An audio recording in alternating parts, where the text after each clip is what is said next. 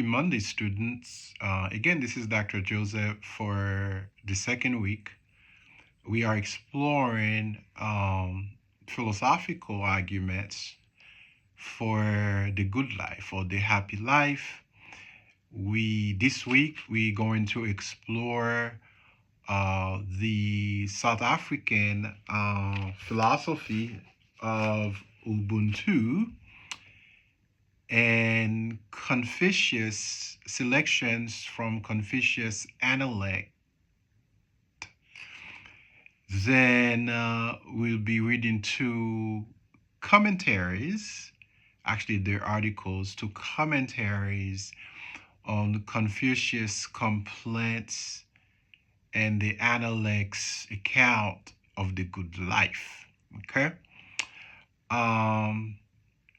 So for the first instructional video, I'm going to concentrate on Thaddeus Metz Ubuntu's article, Ubuntu, the Good Life.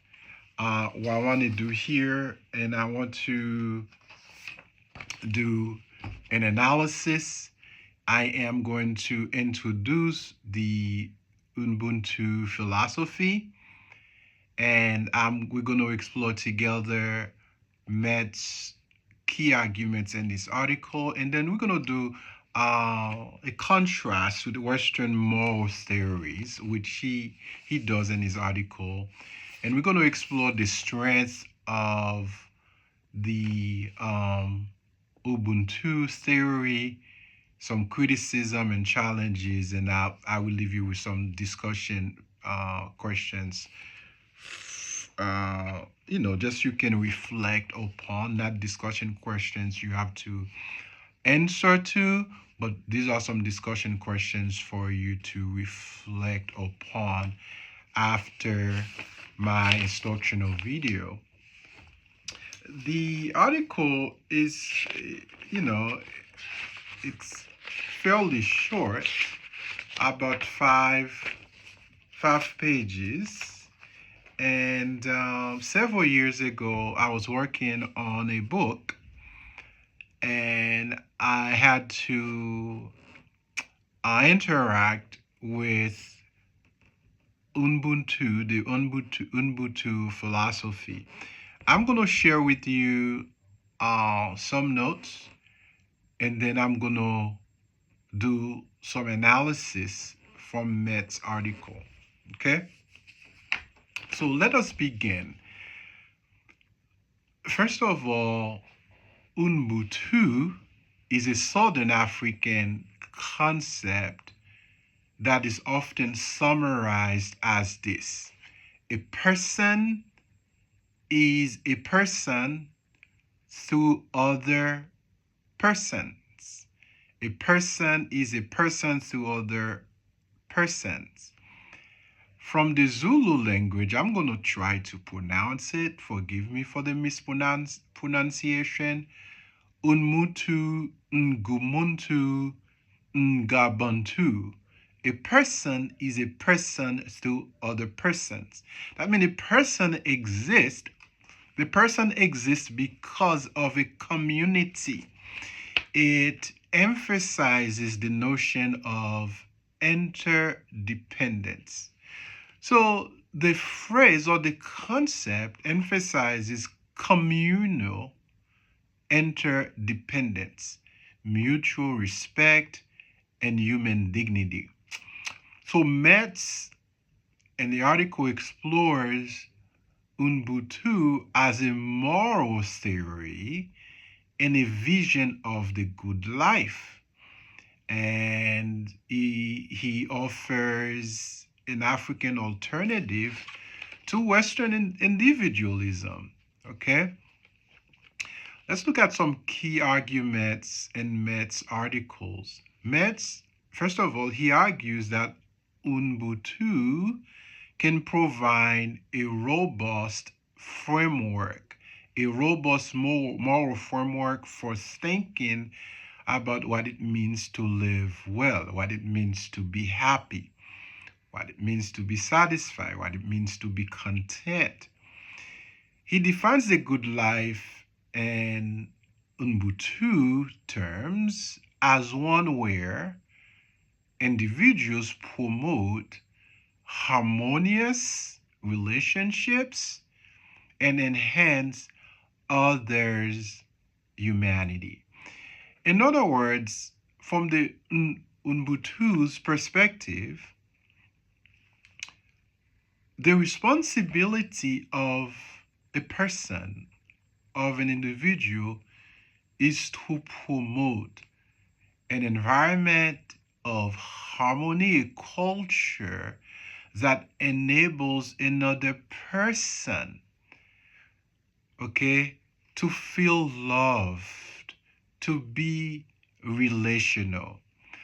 According to this concept, the moral quality of a person is judged or evaluated by how well it fosters communal relationship. You see the word community. So it's about our actions, our thought process, what we do in real life to promote sharing, caring, and the way we identify, we sympathize with others in need. Let's look at some contrast with Western moral theories. We can look at two major philosophies in Western thought, modern thought.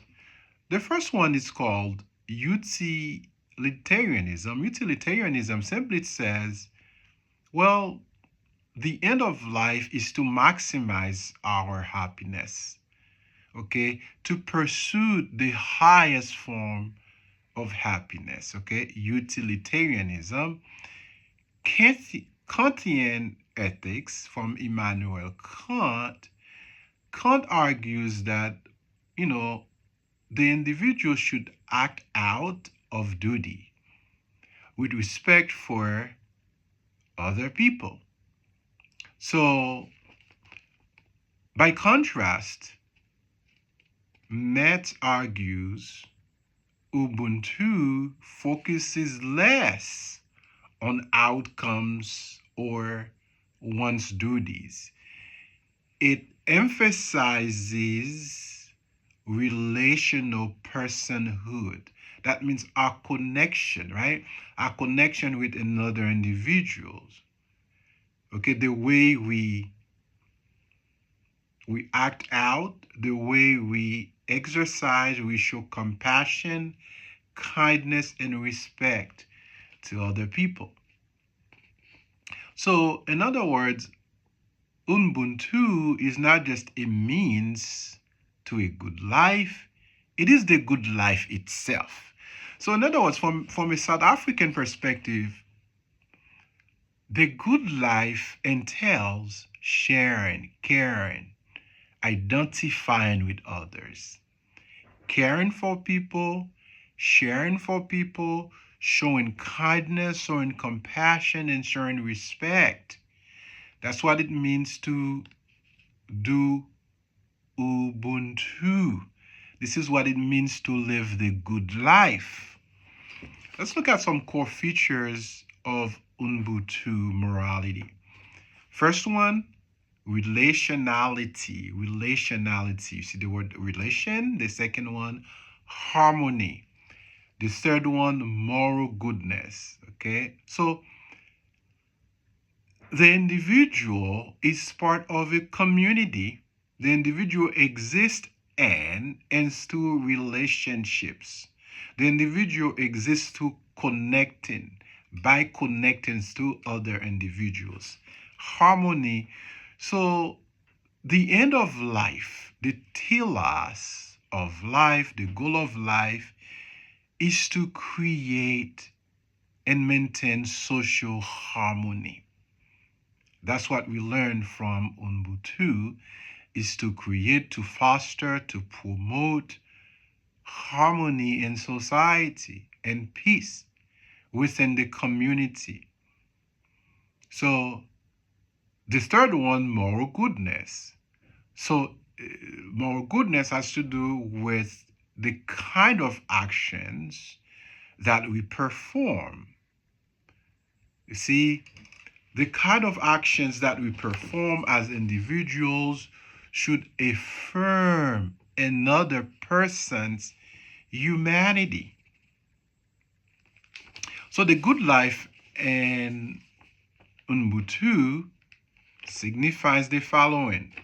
Living well means realizing your personhood by contributing to others' personhood. So you exist within a community. For Metz, Ubuntu suggests a moral ideal of becoming fully human by living in society, in solidarity and empathy. So, in other words, from the South African perspective, it will be wrong for Dr. Joseph to seek his own personal fulfillment of life by himself for himself.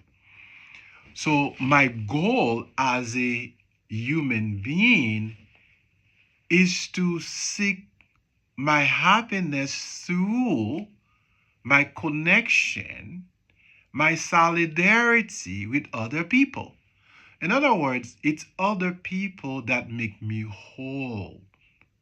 It's other people that make me fully human. You see, it is a non-Western philosophy because this same moral framework emphasizes social justice, reconciliation, inclusivity. Social justice, reconciliation, inclusivity. It also promotes restorative restorative justice. It also promotes post-conflict healing, global interconnectedness. Let's look at some reflecting questions. How does Ubuntu challenge the way we think about individual rights and responsibilities? How does Ubuntu challenge the way we think about individual rights and responsibilities? The second question, can Ubuntu be a viable ethical system outside of Africa? That means that's something we can practice in the West. Okay?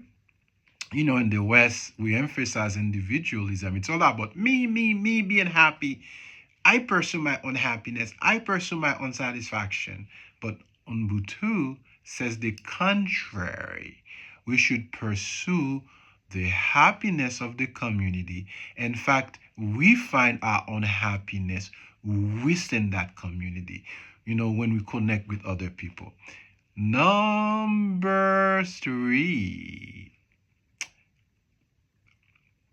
Do you think we can apply Ubuntu in politics and family relationships or in schools? Okay. Now, you see, at the heart of Ubuntu is character ethics. Okay, that should be nurtured by the community. So, in other words, character ethics from this philosophy include integrity. Okay, integrity. And this is not in a philosophy that emphasizes self-made individuals. In fact, it argues that we are transformed when we relate, and the way we relate to the community in which we belong.